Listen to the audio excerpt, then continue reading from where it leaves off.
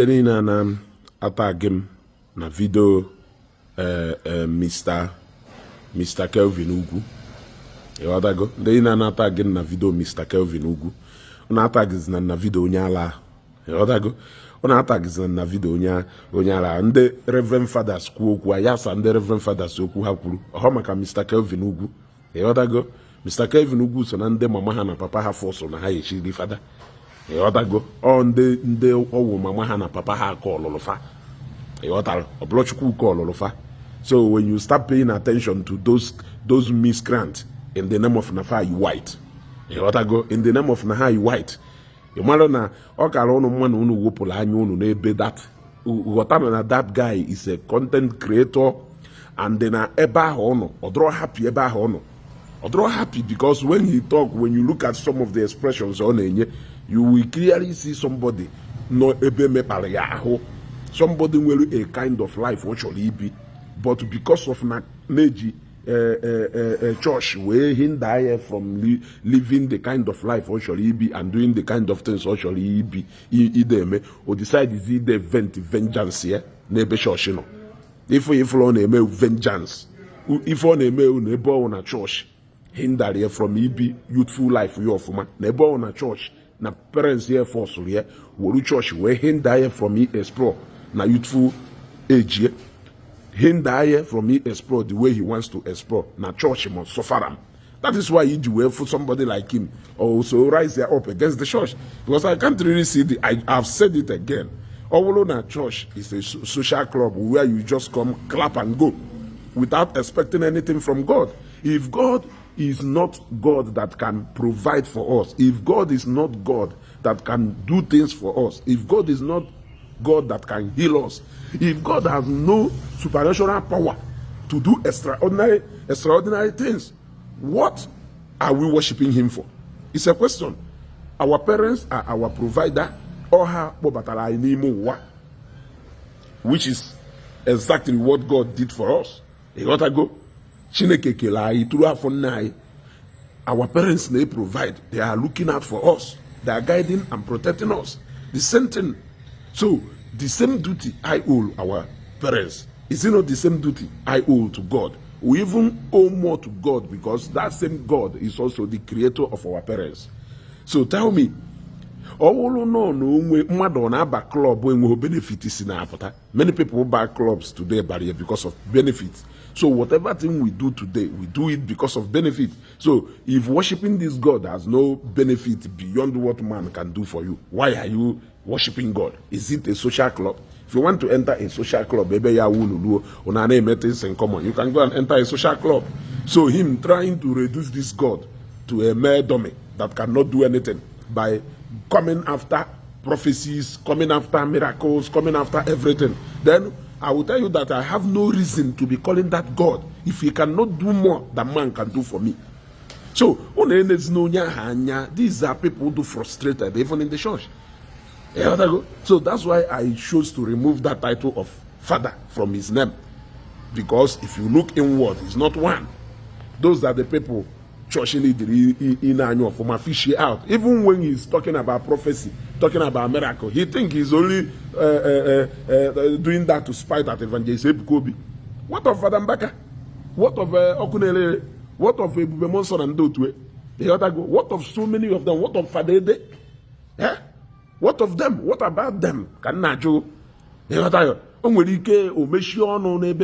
Because no feel na whatever thing na be na ministries in that na church na handle here wala ka na etianya o feel na attacking the spiritual message of Christ is if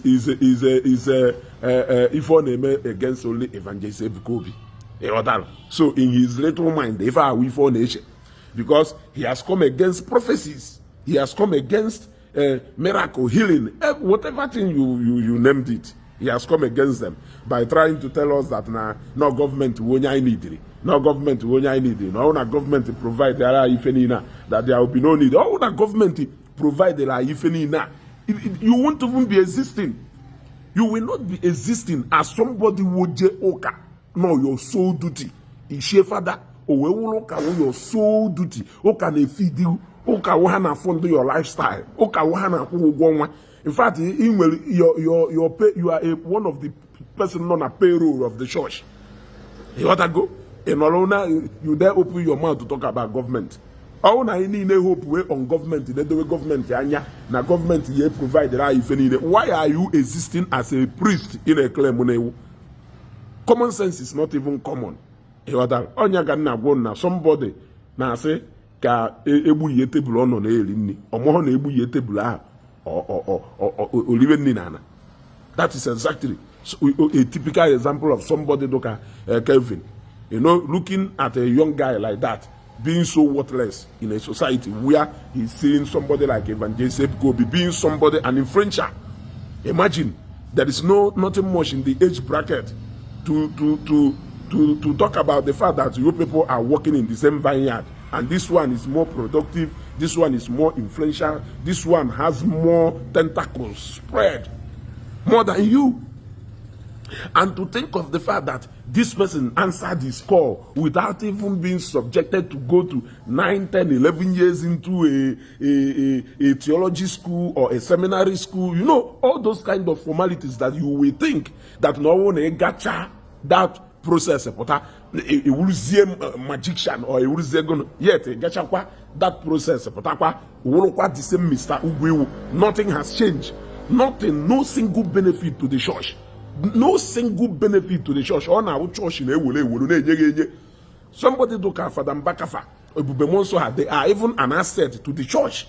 They are an these men are asset to the church. Number one, they have drawn more souls to the Catholic Church. 2, they have bring more finance to the Catholic Church. 3, they have bring more, what will you call it? They have projected the name of Catholic Church more to the people for another dimension of Catholic Church. The Catholic Church is not just where you just come and pray and go, nothing will happen. At least they have shown people that name will power in the Catholic Church. These are the benefit of these men, and many of them follow to the Catholic Church. But what of you? What of you? You are more like an empty cum to the church. You are more like a liability to the church, because all church in a feed. If church don't release money, you go hungry. Exactly. So that is what I don't understand. So going through theology and the seminary school, but after so many years and you are still cum is more like what is pricking you, seeing Evangelist Ebuka Obi, who did not go through the same process you went through yet. Look at how he was introduced. Anambra State was swelling in Sorudo. Everybody was trying to metomaka. That is how influential those people has become. Only Imo State, but an Imo State government house. Enugu State. Look at what is there. These men, with millions of people, these men are not in a position where they can even open their own church. Or not get successful. They have men scattered all over the world. People who exist. They want to go. So I understand that this is a bitter pill, although difficult to swallow. Looking at the age between you and Evangelist Ebuka Obi, looking at the achievement so far. Now, when Chineke decide to go grade, he will grade Evangelist Ebuka Obi because there are more people calling his name every day because of Evangelist Ebuka Obi than you. Yes. Clerical is all about numbers for people who don't know. Happen 10 others. How much more only millions of those people? And now Jesus, now because of no nyano, because of this person, millions of people can with confidence that our God is alive. So how do you equate such people with the empty cum? Look at Mr. Kelvin. Unenye is not that young man attention.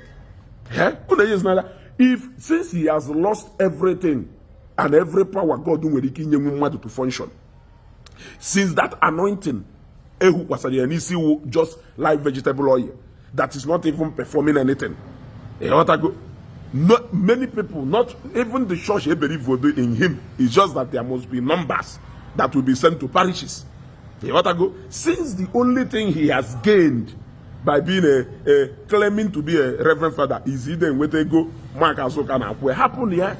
Now feel free to use Evangelist Ebuka Obi's name to make as much money as you want, but You people should stop giving him that engagement. Stop giving him that relevance. He's not the first person. He's not the second person. He will not eventually be the last person. He's not drag on with the kingdom of darkness. I prefer people no assemble carry assemble at the house of God.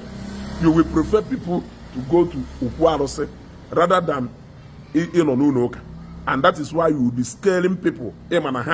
Always saying that people are the Catholic, another place just seek the face of God. That is exactly what it means. If people cannot go to Catholic church, they shouldn't go to any place. Look at millions of people God highly on a check. Those people who because of him can faith in God which will do high because of your selfish interest, because of ABC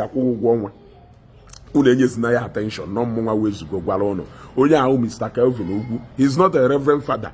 Oh, mama and papa poria. And do you know mama canondo or papa canondo? If on the any of them walk or no blog, you know not to one email. No blog get a not to one email, no blog for Moya, man case Gambia, man case Guasa, man case Katangora, no blog for ya, Omoya, Anapatava.